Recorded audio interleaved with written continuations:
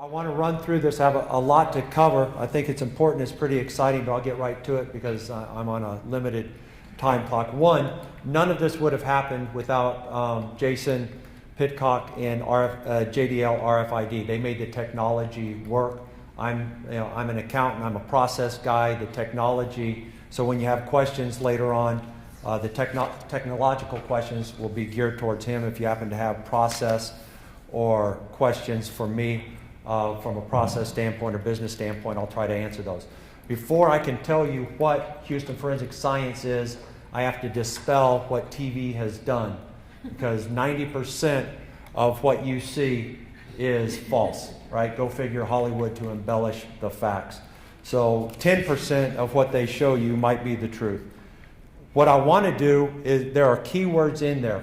I'm not going to read the mission statement, but from the standpoint of what we do, we handle evidence. Cradle to grave, we handle and we process evidence for the police officers to investigate and come to a proper conclusion of the crime. So what's critical with this RFID technology are the words receive and preserve.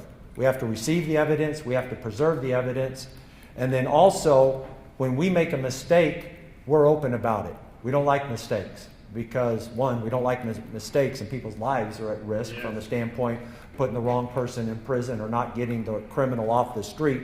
So we have zero room for error.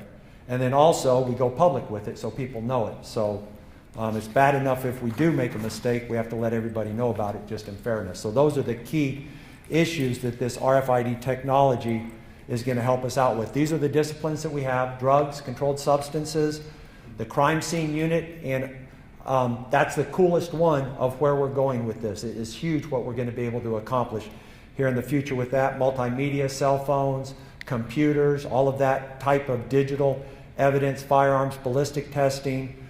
There's been a lot in the news the last few years about DNA and sexual assault kits and the backlog. We're going to use it to help get rid of that. You've got fingerprints, you've got toxicology. Hopefully nobody here is personally familiar with toxicology, because that means you were pulled over on the side of the road for us to do a tox exam, and then trace, which really is arson work. So that's what we do there and the types of evidence that we handle. Like I said, I'm a process guy. So when we took this business over about 3 years ago, and what we've been able to accomplish, we hit the low-hanging fruit through process improvement, Lean Six Sigma, whatever term you want to put on it. But we've dropped the turnaround time by 67%, 66% reduction in backlog, 49% turnaround time improvement. So we've made some significant improvements in the business, but that's by hitting the low-hanging fruit. Now it starts to get harder, and that's where we need technology. We have ideas, but we needed the technology to be able to continue to implement these improvements, and that's what's so cool about this RFID technology, the JPL RFID and other people, the tools that are out there that make it available to us to be able to accomplish these things. So, since we're dealing with evidence and we can't make a mistake, we have to prove out the process that it will work before we implement it on where the really big gains are in evidence. So we decided to attack general lab supplies. Because if you make a mistake on general lab supplies, it's an accounting entry, it's not that big of a deal, whereas evidence. So this is what we wanted to do. The before, we had multiple persons processing orders for supplies. We had multiple quantities being ordered. We had multiple variations of supplies, so everybody's got their favorite pen. You can't just order a pen, you got to order the pen that you like, right? That's problematic. It's stored all over the lab. It takes up space in desk drawers. You don't really know where it is. And then there's a lack of accountability. So those are the issues that we had before. And well, that's the before picture. The issues that created is an inefficient use of the scientist's time. We don't want the scientist to order product. We want them analyzing evidence. It's a waste of their time to order pens and pencils and test tubes and things like that. As an accountant and purchasing, I had an inability to negotiate better pricing because I didn't have consolidated information. We had multiple types of the same product. That's wasteful and not good. And then we had wasted space, and we also had a difficulty in allocating the cost by department to come to our product line P&Ls. So what we did for a solution is we implemented a single storehouse for supplies, right? One place, one location. We control that by using the RFID technology. To be honest with you, what we accomplished, if it wasn't for RFID, we wouldn't have been able to do this. And then we created a single point for ordering supplies, and we used the RFID technology then to allocate those costs by department. And again, without this technology, we wouldn't have been able to do this. But don't lose sight of this.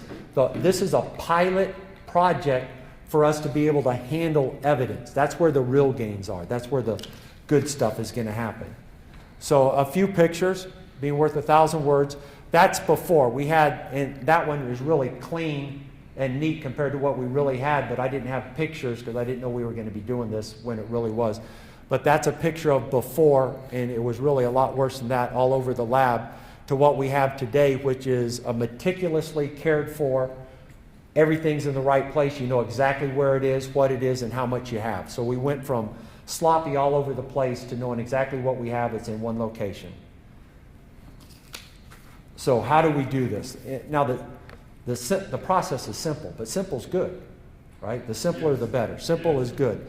So if you want something from the supply, you walk in. When you walk in, you walk past that antenna. It knows that you just walked into the supply room, and when you did it, that's captured in the database.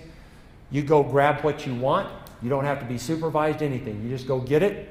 You walk out, and when you walk out, you walk past an antenna. It knows who you are, what department you're in, and what you took. It's that simple. Nothing more to it.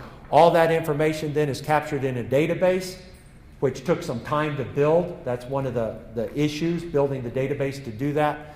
But it's captured in a database, and then a report on a monthly basis, on a monthly month end is sent to accounting. We make the journal entries. We assign the cost to the department so we know who's using what. So that's how you get it out of the system. How do you order the product, right? You got to replenish it. Kanban system, I don't know if you're familiar with the Kanban system, but that is a physical cue for you to order, know when you've got to order and how much and who to order it from. So we have a Kanban system in place. Once that card becomes apparent that we need to order something, we prepare what's called a purchase request form. The purchase request form is then sent to the purchasing agent. They place the order. The items are received at one central location by one person. They update the spreadsheet, so we've got to get all that information into this database, and we've got to put tags on it, uniquely identifying what's in that database. That's a small picture. The technological questions can be answered by Jason. There's a database that was built. Each item has its own tag on it for tracking it, and the cost is associated with it. This machine right there that you see a picture of prints off these tags. The tags are placed on the supply items. You can see a picture of those tags there. I'm sure you guys have seen this stuff before. The tags are placed on it. You put the supplies on the shelf where they belong, right? And you're done, except for you perform cycle counts. Now, this isn't the typical accountant cycle count where you go in and count all this stuff and figure it out. We have a handheld, and this thing is cool. You walk around and you literally go like this. We don't count stuff. You just wave it. And it automatically tells you what you have. So a physical inventory that used to take hours takes seconds. And it automatically reconciles what is in the system and what's on the shelf, and it tells you what's missing or what's there that hasn't been recorded, and then you spend all your time fixing the problems, right? Instead of trying to find out if you have problems. So it's simple, but that's it. So we went from a manual process to this. So pretty cool stuff. So we had some challenges along the way, as you can imagine. We wanted getting the operational personnel to let go of ordering the supplies themselves was a big hurdle because they wanted to order what they wanted, and we wanted to control that. Getting operational personnel to agree with the types of pins or gloves that everybody would use instead of everybody wasting time getting exactly what they wanted. Getting the antennas to actually read only what you wanted it to read. You can't have it read everything. You had to dial it down. Again, those are questions for Jason. Okay. Determining how to handle the cost. The last two are accounting stuff. I assume none of you are really interested in the accounting side of it. Key learnings that we had. And I'm going to have to speed up a little bit for me to give time to get to the cool stuff. Get a really good RFID partner. Absolutely critical. And Jason and his team are spot on. Wouldn't have happened without him. And we're going to continue to use them. So make sure you get a good partner. Absolutely critical. Get all the parties who are involved in it involved up front so they know what's going on. The new technology is going to take longer than you think it will because you'll hit bumps and you got to figure it out. And then test the process before you implement it. And start small and go big. That's with your pilot program. Now, let me get to the fun stuff here. So we have an inventory of over 1,200 guns that are test guns. We're about to take a physical inventory of those guns, just like you would a physical inventory, anything. They're reference stock. It takes 2 people 2 days to count all those guns. What they're going to do this time is they're going to put these tags on every one of these guns. Right? This will be the last time they ever have to count the guns. We'll have an inventory of it. In the future, we'll take a handheld. They'll scan it. Inventory is done in minutes instead of 2 people 2 days. And when somebody who's investigating a crime needs to find a particular gun as a reference, if they can't find it because it's not well organized, they grab the handheld and walk around until it beeps at them. So that's one thing that we're going to do in firearms. Another thing that we're going to do is toxicology. Tell me when I've got 2 minutes. I got to get to CSI. What we're going to do with toxicology. This is a kit that happens. Somebody gets arrested. They go to a holding cell. They take a blood sample, right? You're going to put, this is going to have an RFID technology at the point of manufacturing. You know where it is in inventory. You put another tag on the evidence. It's associated. You get parent-child with it, and it tracks through the system. So that's evidence for handling toxicology. And you drop it in a bucket. It reads on an antenna. It tells us we need to come pick it up. Sexual assault kits, exact same concept, but you have multiple evidence items. All will have a unique tag on it. It's associated with the parent, right? You do that. Same concept, tracking of evidence, cradle to grave. You've got to know where it is. And you get what we call the pizza tracker. You can see where it is in the process all along the way. Everybody, the DA, the investigator, and the victim. Now, the coolest one, Jason, hand me this. CSI, where we go out to a crime scene. This is hot off the market. There aren't many. I think there's only 2 of them.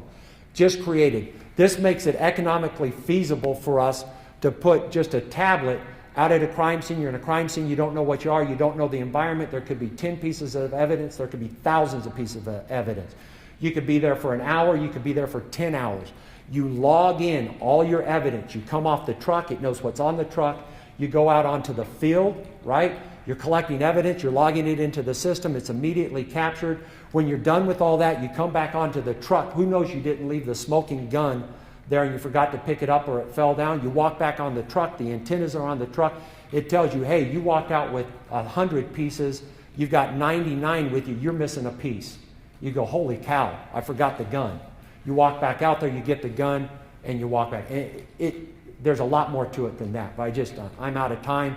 But this is really cool technology that's given us the economic ability and the technology and the feasibility to be able to pull this stuff off, to be able to improve what we do, right? Thank you.